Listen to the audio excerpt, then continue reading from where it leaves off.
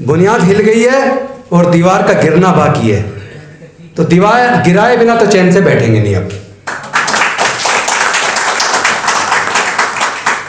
और बात दिल्ली के नहीं, आज आपके सामने सब भाइयों के सामने घोषणा कर रहा हूं, 2 महीने के अंदर पूरे भारत से कम 5000 वकीलों का संगठन, कहीं भी कोई जुल्म होगा सैकड़ों की संख्या में हमारे वकील उसके लिए लड़ने के लिए कोर्ट पहुंच जाएंगे। 5000 वकील कम से कम आने वाले 2 महीने के अंदर तैयार करेंगे, क्योंकि ये लड़ाई न्याय की है। ये लड़ाई किसी की कुर्सी बचाने की नहीं है, ये लड़ाई किसी को एमपी और एमएलए बनाने की भी नहीं है, क्योंकि ये जो एमपी एमएलए हम बनते हैं, मंत्री बनते हैं, ये तो डॉक्टर बाबा साहब अम्बेडकर रास्ता बना कर गए, वरना गांव का प्रधान कोई हमें बनाने के लिए तैयार नहीं आज भी। बल्कि सच बताऊं अपना अनुभव, तो 5 साल 4 महीने के करीब मंत्री रहा हूं। तो मंत्री रह के कभी कभी लगता था जैसे मेरे पर बंधे हुए हैं और उड़ना बहुत ऊंचाई पे है, क्योंकि क्या मेरे समाज की बहन बेटियों की इज्जत उठना बंद हो गई? क्या ये सच नहीं है कि आज भी हमारे युवाओं की मूंछ रखने पर हत्या हो रही है? आज भी हमारे युवाओं की घड़े छूने पर हत्या हो रही है? आज भी हमारे समाज के लोगों की मंदिर प्रवेश पर, मूर्ति छूने पर हत्या हो रही है? बदला क्या? ऐसा कोई राज्य नहीं है जिसके अंदर अनेकों विधायक और सांसद हमारे समाज के जीत के न जाते हों बाबा साहेब के दिए रिजर्वेशन से। ऐसी कोई राज्य सरकार नहीं है जिसके अंदर SC ST के मंत्री ना हो। केंद्र में भी बहुत सारे मंत्री हैं, लेकिन मैं आप सबसे पूछना चाहता हूं, क्या समस्या का समाधान हो गया? 2 राष्ट्रपति पहले रह चुके और तीसरी राष्ट्रपति अब है। क्या हमारे समाज पे होने वाले जुल्म जाति बंद हो गई? पूरे देश के किसी भी पार्टी का एक नेता बता दो, जब हमारे समाज के ऊपर जुल्म जाति होती है, बहनों का बलात्कार करके हत्या होती है और हमारे मुद्दों को कोई और उठाता हो। सबसे ज्यादा शर्म तब आती है जब किसी दलित के साथ जुल्म हो और उस पॉलिटिकल पार्टी के SC ST विंग प्रदर्शन करती है। क्यों भाई? SC ST पे जुल्म होगा तो SC ST आवाज उठाएगा, कश्मीरी पंडित पे जुल्म होगा तो पूरी की पूरी पार्टी आवाज उठाएगी। ये दोहरा चरित्र चलने वाला नहीं है। मैं सभी पार्टियों को कह देना चाहता हूं, हम लोग राजनीति में आए लेकिन आने की इच्छा कभी नहीं रही। आए हैं तो कुछ करके दिखाएंगे। अगर मेरा समाज मुझे कहे राजेंद्र गौतम तुम्हें जिंदगी भर चुनाव नहीं लड़ना, तो मैं अपने समाज की बात को मान के पूरी जिंदगी चुनाव ना लड़ने का संकल्प करके अपने समाज के हक अधिकार की लड़ाई को पूरे देश के अंदर लड़ूंगा। क्योंकि जो चल रहा है मैं देख रहा हूं, हमारे लोग मंत्री बन जाए, कुछ भी बन जाए, लेकिन उनके ये समझ लीजिए कि वो स्वच्छंदता से काम नहीं कर सकते। मेरा तो पहले से ही मन करता था, मैं दिलीप जी को शेयर करता था, कई बार मन करता मैं जल्दी से जल्दी रिजाइन दूं और पूरे देश के अंदर अपने समाज को तैयार करूं। जो इंसिडेंट हुआ आपके सामने है, भारत का संविधान सबको धार्मिक आस्था और उपासना की आजादी देता है, और ये फ्रीडम ऑफ चॉइस है कि आपको कौन सा रिलीजन फॉलो करना है, किस में फेथ रखना है। ये तो भारत का संविधान, उसने सबको चॉइस दिया है। किसी को 22 प्रतिज्ञाओं से दिक्कत नहीं है। ये तो गुजरात के चुनाव की वजह से मुद्दा बनाया गया, लेकिन जो बना, मैं इसके लिए बीजेपी को साधुवाद देता हूं, बधाई देता हूं, क्योंकि अगर बीजेपी से मुद्दा ना बनाती तो पूरी दुनिया 22 प्रतिज्ञाओं को ना जान पाती। आज पूरी दुनिया 22 प्रतिज्ञाओं को जान गई और पूरे देश के कोने कोने में लोग तथागत बुद्ध के धम्म को अपना रहे हैं, क्योंकि बुद्ध के धम्म में समता, स्वतंत्रता, बंधुता, न्याय, प्रज्ञा, शील, करुणा, मैत्री, बुद्ध का धम्म ही तो है जो भारत से पूरी दुनिया को शांति और मानवता का संदेश लेकर गया है। जिन देशों में कट्टरपन है और बड़ा है, वो सारे देश तबाह हो गए। उनकी तबाही से हमारे देश को सबक लेना चाहिए। जो देश कट्टरपंथी हैं, जो धर्म के नाम पर अंधे हैं, वहां आए दिन जिस तरह तख्ता पलट होता है, खून खराबा होता है, वहां शांति नहीं है। और जहां शांति नहीं होती वहां खुशहाली नहीं होती, वहां तरक्की नहीं होती, वहां प्रगति नहीं होती। बुद्ध का धर्म भारत से गया और लगभग 56 देशों ने अपनाया। 128 देशों में बुद्ध के धम्म को मानने वाले लोग हैं। मैं आज अपने आप को बड़ा गौरवान्वित महसूस कर रहा हूं कि जिस तरह पहले कोई भी घटना होती थी तो उन हर घटना पे हम 50-50, 100 वकील कोर्ट में जाके अपने लोगों की हक की लड़ाई को लड़ते थे। अब वो और ज्यादा ताकत के रूप में हम तैयार हो रहे हैं। मैं अपने आप को बहुत बलशाली महसूस कर रहा हूं। आज ही मेरे ससुर की डेथ हुई तो मेरे पास दो रास्ते थे। एक तो ये कि मैं अपने परिवार के साथ बस उसमें दुख में शामिल रहूं। फिर मैंने सोचा life is moving not arresting. जीवन चलने का नाम है, रुकने का नाम नहीं है। मैं क्रीमेशन से सीधा फ्री होते ही बच्चों को कहा तुम वहां जाओ और मैं प्रोग्राम में जाता हूं। तो ये कुछ संकल्प है जो हमने अपने मस्तिष्क में लिया है। लड़ाई छोटी नहीं है। लड़ाई इसलिए बन गई है क्योंकि उन लोगों की नींद हराम हो गई जो लोग हजारों साल से, जिन्होंने धर्मशास्त्र में लिखकर हमारे लोगों को 3500 साल तक पढ़ने लिखने से, ज्ञान से वंचित रखा। लगभग 3500 साल तक हमारे लोगों को संपत्ति से, व्यापार करने से वंचित रखा। मैं पूछना चाहता हूं, देश के अंदर जितने प्राकृतिक संसाधन हैं, तमाम तरह की खनिज पदार्थ की खाने हैं या खेत की जमीन है, क्या कोई अपनी मां के पेट से लेके पैदा हुआ है? मां के पेट से तो लेके कोई नहीं आया। फिर कुछ ही लोग देश के सारे संसाधनों पर काबिज क्यों हैं? कुछ ही लोग उस देश के सारे संसाधनों के मालिक क्यों हैं जिससे अरबों खरबों रुपए पैदा होता है?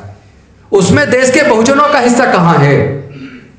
मुझे पूरे देश में, क्या पूरी दुनिया में एक एग्जाम्पल बता दो जब किसी को कोई गंभीर बीमारी हो जाए और डॉक्टर कहे आपको डबल ऑपरेशन होना है, बड़ा ऑपरेशन होना है, आप 20 यूनिट ब्लड का इंतजाम करो। जिसका ऑपरेशन होना है, जो पीड़ित है, पूरे दुनिया का कोई एक एग्जाम्पल मुझे दिखा दो जो ये कहे कि मुझे ऑपरेशन के लिए केवल ब्राह्मण का ब्लड चाहिए, या मुझे केवल मुसलमान का चाहिए, या सिख या ईसाई का चाहिए। जब जान बचानी हो तो कहते हैं ब्लड डोनेट करवा दो 20 यूनिट, कोई भी दे दे। इसका मतलब जाति कुदरत ने नहीं बनाई। अगर जानवर का खून इंसान को चढ़ जाता तो फिर किसी इंसान को शायद ब्लड डोनेशन की जरूरत ना पड़ती। हमें यह पहचानना होगा वो कौन लोग हैं जिन्होंने जातियां बनाई, और जाति के बनने से कौन फायदे में रहा, और जाति के बनने से हजारों साल से कौन लोग हैं जो नुकसान में हैं।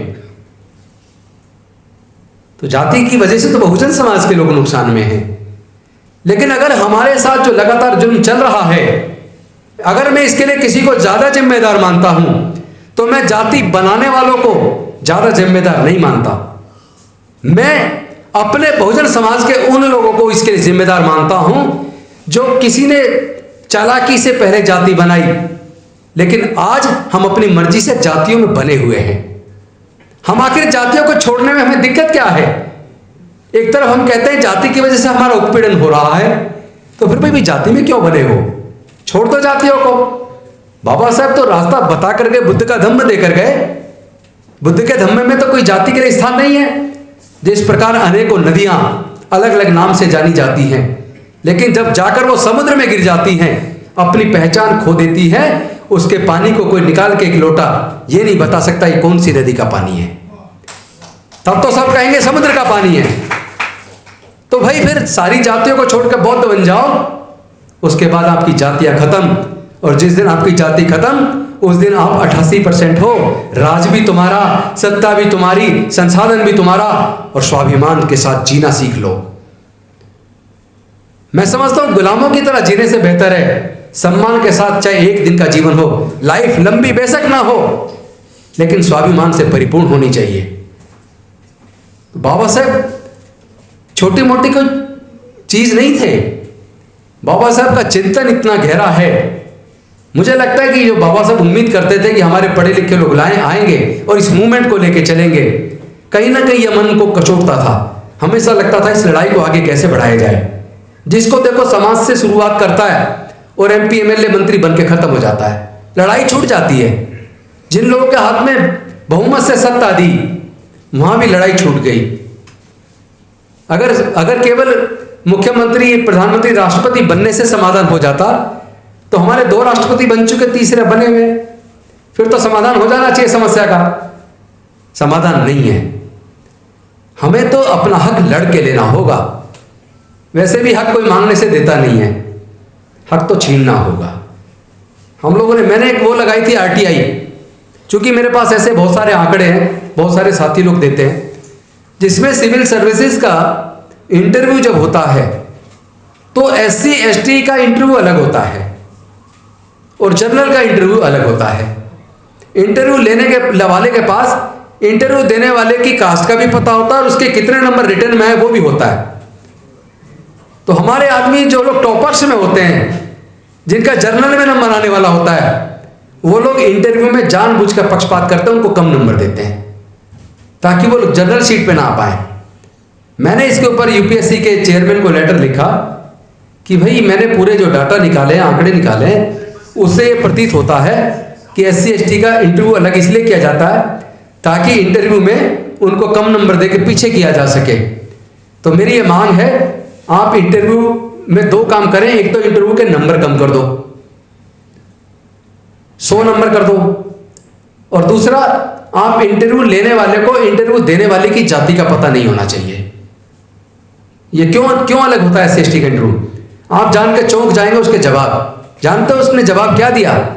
UPSC के एडिशनल सेक्रेटरी की तरफ से जवाब आया। उसने कहा कि ये भारत सरकार के डिपार्टमेंट ऑफ पर्सनल ट्रेनिंग ने एक ऑर्डर जारी किया था वर्षों पहले कि SC ST चूंकि कमजोर होते हैं पढ़ने में, इसलिए उनके साथ लीनियंसी बरती जाए इंटरव्यू में। मैं आपसे पूछना चाहता हूं, लीनियंसी बरती जा रही है या उनके साथ पक्षपात हो रहा है? जानबूझ के उनको नंबर कम दिए जा रहे हैं, उनको जानबूझ के नंबर कम दिए जा रहे हैं। लीनियंसी कहां बरती जा रही है? जो बच्चा मेडिकल में टॉपर था एम्स में, उस बच्चे को फेल किया गया, उसको सुसाइड करना पड़ा। उसके बाद जब मुद्दा बना, उसकी कॉपी जांची गई तो वो he was a topper of that batch. मतलब जाति की वजह से इतना उत्पीड़न। एम्स हॉस्पिटल के अंदर टॉपर को फेल किया। सफदरजंग के अंदर 25 बच्चे कई साल तक फेल किए गए। जब मुद्दा बना, संसद में उठा, कोर्ट में गया, उनकी कॉपी बाहर जांच कराई गई, 25 के 25 बच्चे पास हो गए। कैसे देश में रह रहे हैं हम? हमारे नेताओं को डूब मरना चाहिए। हमारे MP और MLA क्या इसलिए बनाए थे बाबा साहब ने कि वो जाकर कुर्सी पे बैठ जाए, आंख मीच के बैठ जाए, जुबानें बंद हो जाती हैं उनकी। समाज के ऊपर होने वाले जुल्म जाते उनको दिखते नहीं है क्या? क्या उनके मन में दर्द नहीं होना चाहिए समाज के लिए? क्या समाज की लड़ाई को उनको लड़ना नहीं चाहिए? क्या संसद के अंदर समाज के मुद्दों को उठाना नहीं चाहिए? Are we truly representing our society?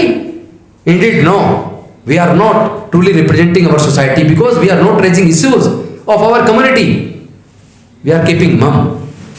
ये शर्म की बात है। चुप्पी साध लेते हैं हम लोग। विधानसभा के अंदर, संसद के अंदर ऐसे बैठ जाते हैं जैसे किसी ने कुछ चिपका दिया हो, बोलते नहीं है। भाई किस लिए दिया था रिजर्वेशन? ये रिप्रेजेंटेशन है, रिप्रेजेंटेशन टू द सोसाइटी। आप अगर वहां हैं तो समाज को रिप्रेजेंट कर रहे हैं, पर क्या वास्तव में रिप्रेजेंट कर रहे हैं? धोखा तो नहीं दे रहे हैं? मुझे प्रतीत होता है लोग धोखा दे रहे हैं। ऐसे MP MLA बनने से क्या फायदा? ऐसे मंत्री भी बन के बैठ जाए और अपने समाज की बात को भी ना कर पाए, तो ऐसे मंत्री बन के या कुछ भी पा जाए, उसका फायदा क्या है? हमारा आदमी राष्ट्रपति बनता है तो दलित राष्ट्रपति, हमारा आदमी मुख्य न्यायाधीश बनता है तो दलित मुख्य न्यायाधीश। तो ये क्या है? कौन लोग हैं वो जो हमारी अलग आइडेंटिफिकेशन बना रहे हैं? मैं समझता हूं कि आज एक तो मैं आप सबका आभार व्यक्त करता हूं, आपने मुझे बुलाया, और मैं आपको एक प्रॉमिस जरूर करूंगा, मैं मर सकता हूं पर झुकूंगा नहीं, किसी कीमत पे नहीं झुकूंगा। और अम्बेडकराइट होना किसी भी बड़े से बड़ी कुर्सी से अपना आप में बहुत मजबूत है, बहुत बड़ा है।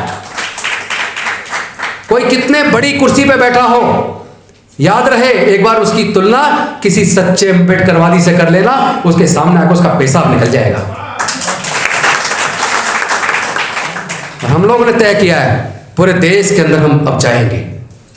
जितना पूरे दुनिया से मुझे फोन आए, पूरे दुनिया से और भारत के कोने कोने से, मुझे तो पहली बार लगा है कि दर्द तो सब अंदर छुपाए हुए थे, इस घटना के बाद वो दर्द निकल कर बाहर आ गया।